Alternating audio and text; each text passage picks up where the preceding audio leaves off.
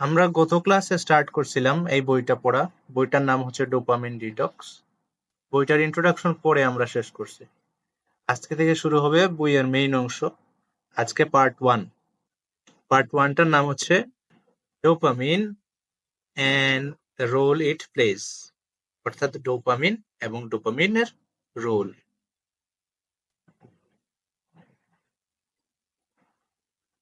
You have probably heard about dopamine before. সম্ভবত আপনি এর আগেও ডোপামিন সম্পর্কে শুনেছেন। এই পর্যায়ে এসে লেখক এক্সপ্লেন করতেছেন তার বইয়ের নামটা, ডোপামিন জিনিসটা কি আর ডিটক্স জিনিসটা কি। তো তিনি প্রথমে শুরু করছেন এভাবে, you have probably heard about dopamine before. আপনি খুব সম্ভবত ডোপামিনের কথা আগে শুনেছেন। অ্যান্ড এবং have at least a vague idea of what it is. Have বলতে ইউ হ্যাভ, অর্থাৎ দুইটা জিনিস। একটা হচ্ছে সম্ভবত আপনি ডোপামিনের কথা আগে শুনছেন, এবং আপনার এটা সম্পর্কে একটা ভেগ আইডিয়া আছে, অর্থাৎ মোটামুটি অপরিচ্ছন্ন একটা আইডিয়া আছে, ঝাপসা ঝাপসা একটা আইডিয়া আছে। ইন দিস সেকশন, এই অংশে, উই উইল ব্রিফলি ডিফাইন, আমরা খুব সংক্ষেপে ডিফাইন করব, আমরা খুব সংক্ষেপে সংজ্ঞায়িত করব ডোপামিনকে, এন্ড এবং describe the role it plays, এবং এই জিনিসটা নিয়েও আমরা আলোচনা করব যে রোলটা ডোপামিন প্লে করে। Dopamine is a neurotransmitter. Dopamine হচ্ছে একটা neurotransmitter which makes us anticipate rewards, যেটা আমাদেরকে রিওয়ার্ড অ্যান্টিসিপেট করায়।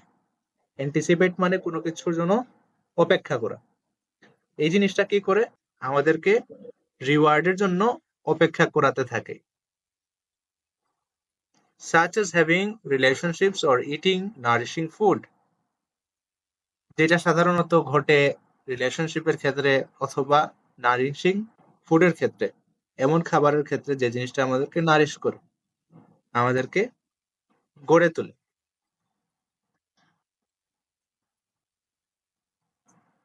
Dopamine gives us the desire to take action. Dopamine আমাদেরকে এই চাহিদাটা যোগায়, এই চাহিদাটা দেয়। কিসের চাহিদা? টু টেক অ্যাকশন, অ্যাকশন নেওয়ার চাহিদা। ডোপামিন আমাদের মধ্যে অ্যাকশন নেওয়ার চাহিদা যোগায়। কোন action? To earn the exciting reward that's waiting for us. আমাদের জন্য কোনো একটা রিওয়ার্ড যদি অপেক্ষায় থাকে, তাহলে সেই রিওয়ার্ডটা আর্ন করার জন্য যে অ্যাকশনটা করা দরকার, ওই অ্যাকশন করানোর দিকে ডোপামিন আমাদেরকে ধাবিত করে। It is the force that makes us act.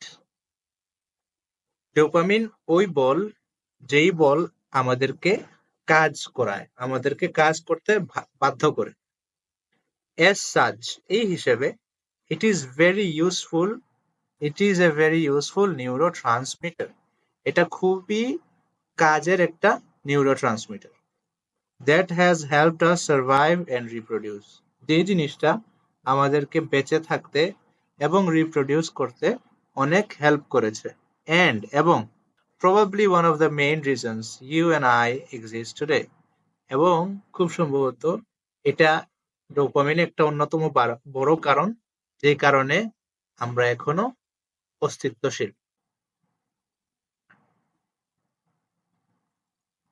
Contrary to what many people believe,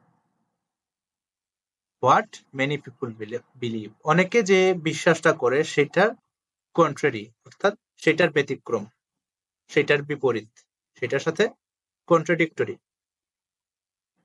হচ্ছে, dopamine is not a pleasure chemical. Dopamine কোনো প্লেজার কেমিক্যাল না, অর্থাৎ ডোপামিন এমন কোনো কেমিক্যাল না যেই কেমিক্যালটা আমাদের মধ্যে প্লেজার জাগ্রত করে। Simply because an event triggers the release of dopamine doesn't mean it is something we like or get pleasure from. Simply because an event triggers the release of dopamine, শুধুমাত্র একটা trigger যদি dopamine release করে, এই জিনিসটা দিয়ে এটা বোঝায় না যে আমরা ওই জিনিসটা পছন্দ করি। Doesn't mean it is something we like, or it doesn't mean we get pleasure from.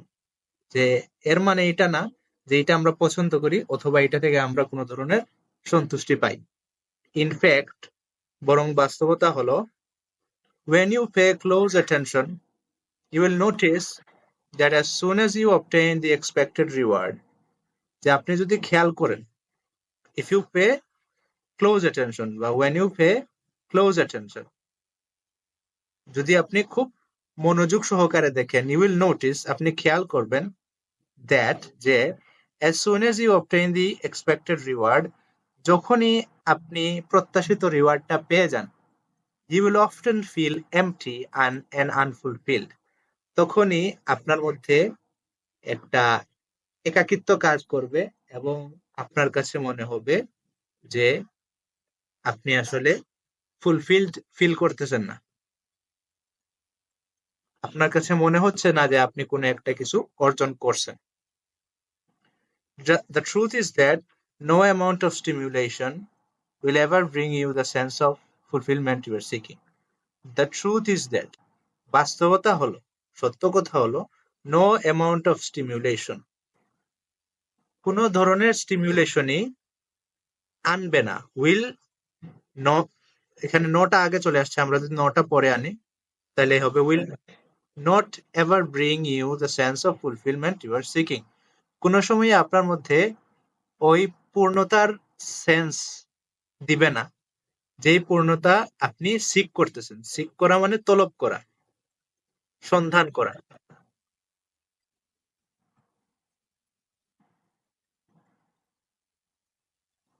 Yet, তথাপি, many of us are constantly overstimulated. আমাদের অনেকেই overstimulated, অর্থাৎ আমাদের যে পরিমাণ স্টিমুলেশন দরকার এর চাইতে বেশি আমরা স্টিমুলেশন পাইতেছি কনস্ট্যান্টলি, অনবরত। Looking for the next source, এর ফলে কি হয়, আমরা পরবর্তী উৎসের দিকে মুখিয়ে থাকি। দ্যাট, যেই উৎসটা could trigger a release of dopamine, যেই উৎসটা ডোপামিন রিলিজকে ট্রিগার করবে, যে উৎসটা ডোপামিনের নিঃসরণকে উৎসাহিত করবে।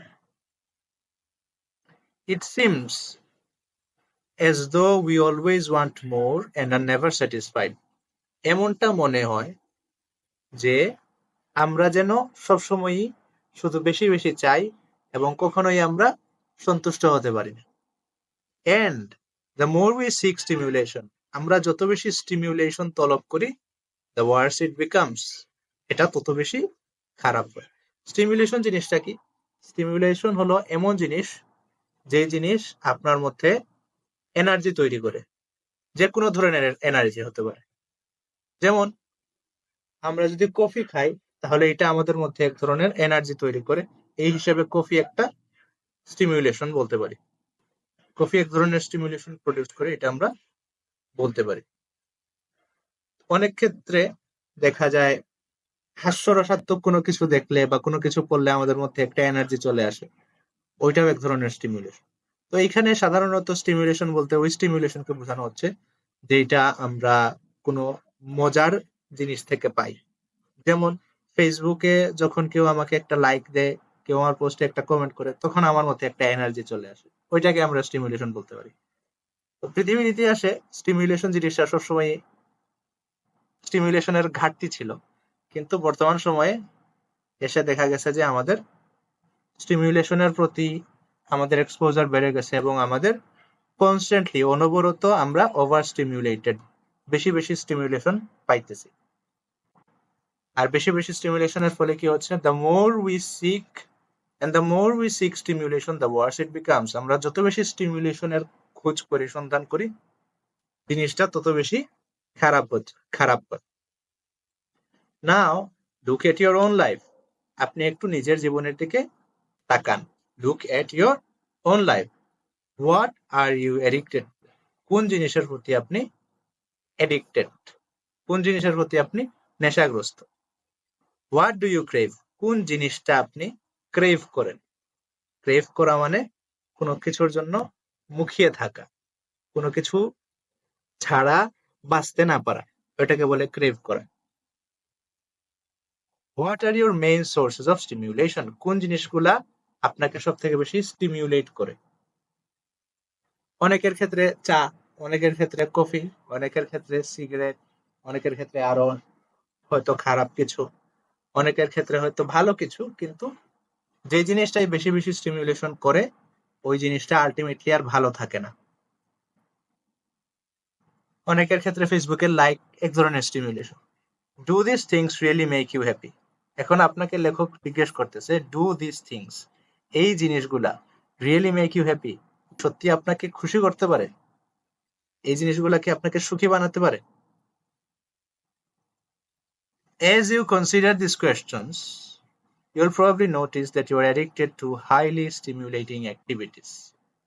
আপনি এই জিনিসগুলা, এই প্রশ্নগুলা নিয়ে যদি চিন্তা করেন, তাহলে সম্ভবত আপনি নোটিস করবেন, আপনি খেয়াল করবেন যে you are addicted to highly stimulating activities. যে আপনি এমন কিছু কাজের প্রতি নেশাগ্রস্ত যে কাজগুলা হাইলি স্টিমুলেটিং, মানে অনেক বেশি এনার্জি তৈরি করে, অনেক বেশি স্টিমুলেট করে। সাচ এজ এক্সাম্পল দিয়েছেন watching video games, video game খেলা। অনেকের জন্য ভিডিও গেম খেলাটা একটা নেশা, যেমন অনেকে পাবজি খেলে, অনেকে ফ্রি ফায়ার খেলে। এই জিনিসটা তাদের জন্য নেশা হয়ে যায়, কারণ এই জিনিসটা তাদের মধ্যে এক ধরনের স্টিমুলেশন তৈরি করে, তাদের ব্রেইনের মধ্যে এক ধরনের এনার্জি তৈরি করে। ঘুরে যদি কেউ খেলা শুরু করে, দেখা যায় যে তার ঘুম ছুটে যায় এনার্জির চোটে। Immersing yourself in social media, social মিডিয়ার ভিতরে ঢুকে যাওয়াটা অনেকের জন্য খুব বেশি স্টিমুলেটিং, এটা অনেকের জন্য নেশার বিষয় হিসেবে দাঁড়াইছে। ওর রিডিং ইমেলস, এটা আমাদের দেশে কম, বাট বিদেশে আছে অনেকের জন্য ইমেল পড়াটা এক ধরনের নেশার বিষয়। When you undertake these activities, আপনি যখন এই কাজগুলা করেন, you start losing self control, তখনই আপনি আত্মনিয়ন্ত্রণ হারানো শুরু করেন। You want more and more stimulation, যত সময় যায় আপনি শুধু বেশি বেশি স্টিমুলেশন খুঁজতে থাকেন। And even though they may not give you any real pleasure or lasting fulfillment, and even though, এবং যদিও, they may not give you any real pleasure, এগুলো আপনাকে কোনো সত্যিকার সন্তুষ্টি দিতে পারে না, অথবা কোনো লম্বা সময়ের ফুলফিলমেন্ট দিতে পারে না, পূর্ণতা দিতে পারে না, ইউ কিপ ডুইং দেম, আপনি এরপরেও এই জিনিসগুলা চালিয়ে যেতে থাকেন। After all, you need the next hit of dopamine, don't you? কেন চালিয়ে যেতে থাকেন? কারণ যখনই আপনি একটা কাজ করেন, তখনই ডোপামিন হিট করে।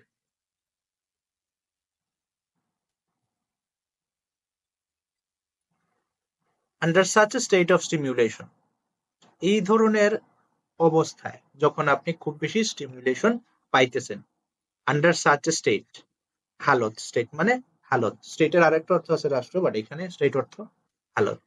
এই যে স্টিমুলেশনের হালতে কি হইতেছে?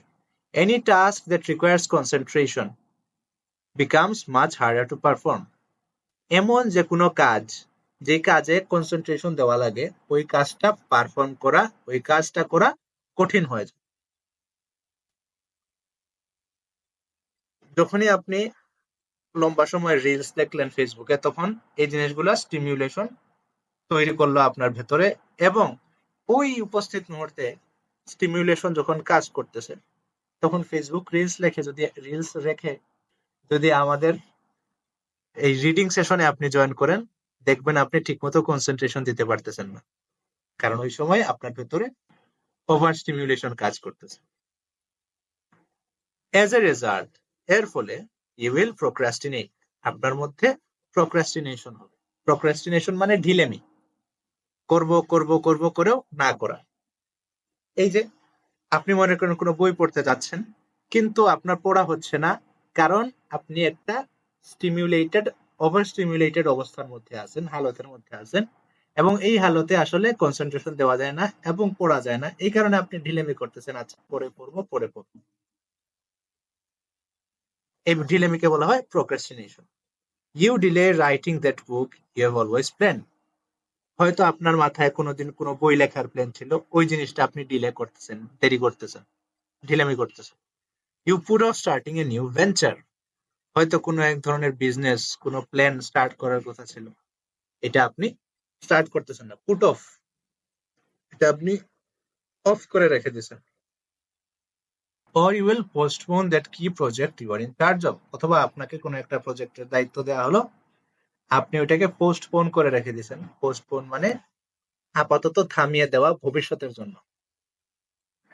টু সাম আপ, এই জিনিসগুলোকে যদি আমরা সামারাইজ করি from an evolutionary perspective, dopamine's role is to encourage you to act to earn the anticipated reward needed for your survival or reproduction.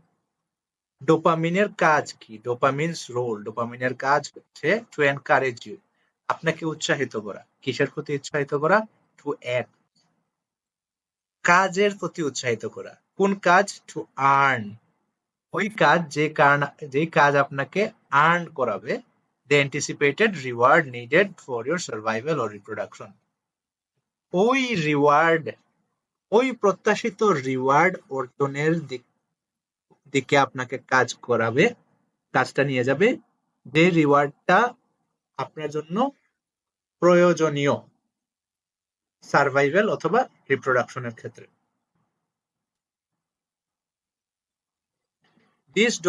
This is ডোপামিনস primary role, এটা হচ্ছে ডোপামিনের মূল কাজ।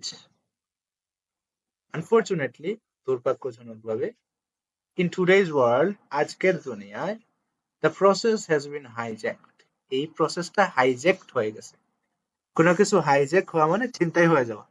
এখানে রূপকর্থে লেখক ব্যবহার করছেন, যে কাজটা ছিনতাই হয়ে গেছে, অর্থাৎ ডোপামিন এখন আর এই কাজে ব্যবহৃত হচ্ছে না, অন্য কোনো কাজে ব্যবহৃত হচ্ছে, যে কাজ আসলে ডোপামিনের মূল কাজ না। আনফরচুনেটলি, দুর্ভাগ্যজনকভাবে, ইন টুডেজ ওয়ার্ল্ড, আজকের দুনিয়ায়, দ্য প্রসেস হ্যাজ বিন হাইজ্যাকড, প্রসেসটা ছিনতাই হয়ে গেছে, which leads to many unintended consequences, যেটা অনেক অপ্রত্যাশিত ফলাফলের দিকে নিয়ে যায়। As we will discuss in the next section, যেমনটা আমরা আলোচনা করব পরবর্তী সেকশনে। এবং এর মাধ্যমে লেখক ওনার ফার্স্ট সেকশনটা শেষ করলেন। এই ফার্স্ট সেকশনের মধ্যে একেবারে শেষে তিনি একটা অ্যাকশন প্ল্যান দিলেন। Using your action guide, answer the following questions. উনি একটা গাইডের লিংক শেয়ার দিছিলেন আপনাদের কাছে, আপনাদের যাদের কাছে বইটা আছে পিডিএফ, আপনারা বইয়ের ইন্ট্রোডাকশনে ওই গাইডের লিংকটা পেয়ে যাবেন, ওইখান থেকে এটা ডাউনলোড দিতে পারবেন। লেখক বলতেছেন, ওই গাইডের আলোকে আপনি নিচের প্রশ্নগুলোর উত্তর দিন। What are you addicted to? কোন জিনিসের প্রতি আপনি অ্যাডিক্টেড, কোন জিনিসের প্রতি আপনি নেশাগ্রস্ত? What are your main sources of stimulation? কোন জিনিসগুলোর মাধ্যমে মূলত আপনার স্টিমিউলেশন ঘটে, আপনি স্টিমিউলেটেড হন? Do they really make you happy? এবং যে জিনিসগুলোর প্রতি আপনি আসক্ত, যে জিনিসগুলোর মাধ্যমে আপনি স্টিমিউলেশন পান, ওই জিনিসগুলা কি সত্যি আপনাকে খুশি করে, সত্যি আপনাকে সুখী বানায়? এই তিনটা প্রশ্নের উত্তর দেওয়ার জন্য লেখক বলতেছে।